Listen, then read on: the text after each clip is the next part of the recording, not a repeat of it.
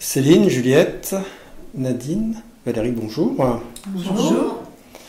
Vous avez toutes les quatre été formées par Hypnosalis, vous êtes infirmière et aujourd'hui vous êtes formatrice pour la formation hypnose appliquée à la gestion de la douleur et au stress, autrement dit l'hypnoanalgésie. Pouvez-vous déjà nous dire à qui s'adresse cette formation?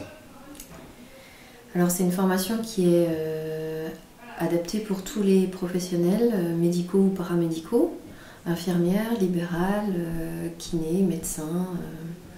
Ça peut toucher vraiment un panel très large, une population très large, mais elle est ouverte également à d'autres populations.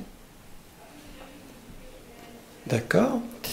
Et à quelle compétence amène cette formation?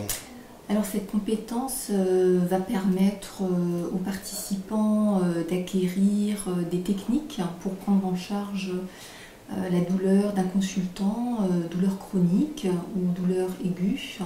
Elle permettra également d'accompagner dans la gestion du stress, que ce soit également pour des examens ou des soins ponctuels. Donc il y a une réelle plus-value en termes d'acquisition de compétences à la fin de cette formation. D'accord. Et comment se déroule la formation? Quels en sont les points forts, les points clés selon vous? Alors elle est essentiellement axée sur la pratique, avec des outils comme des protocoles qui sont adaptables en fonction des soins qu'on doit pratiquer ou de la douleur qui doit être traitée, en collaboration toujours avec le médecin, avec l'accord médical bien entendu. Et c'est vraiment une formation où il y a beaucoup de pratiques, de cas concrets qui permet un large domaine d'application. Tout à fait. Et ce sont des techniques donc, que vous utilisez vous au quotidien dans votre pratique d'infirmière?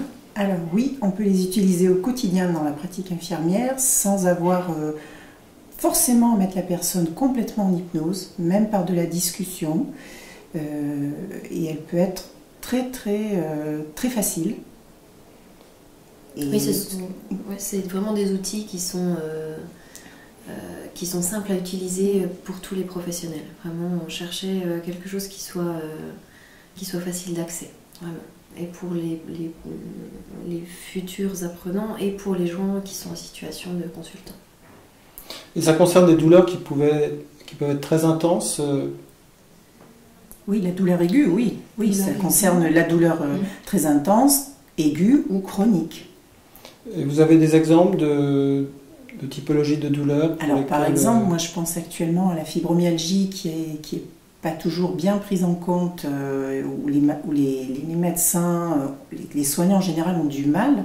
Ça fait partie des douleurs chroniques et ça marche très bien sur la fibromyalgie.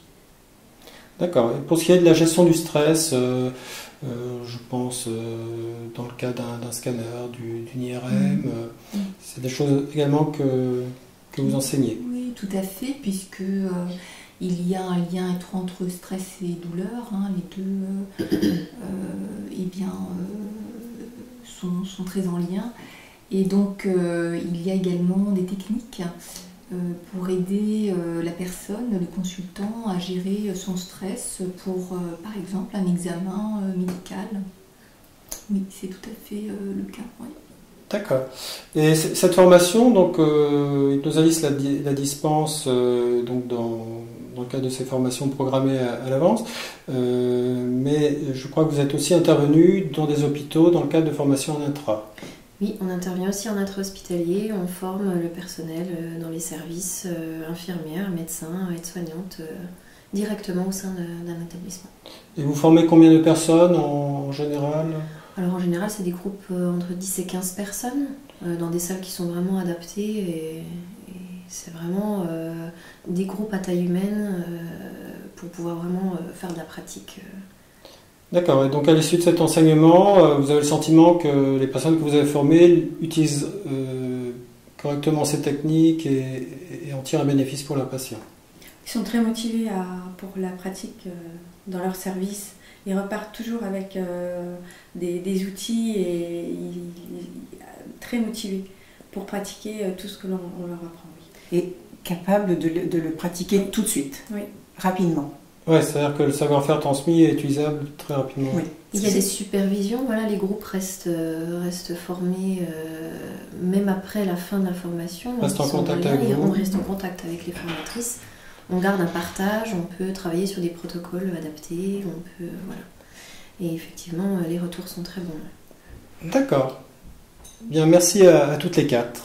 Merci. Merci.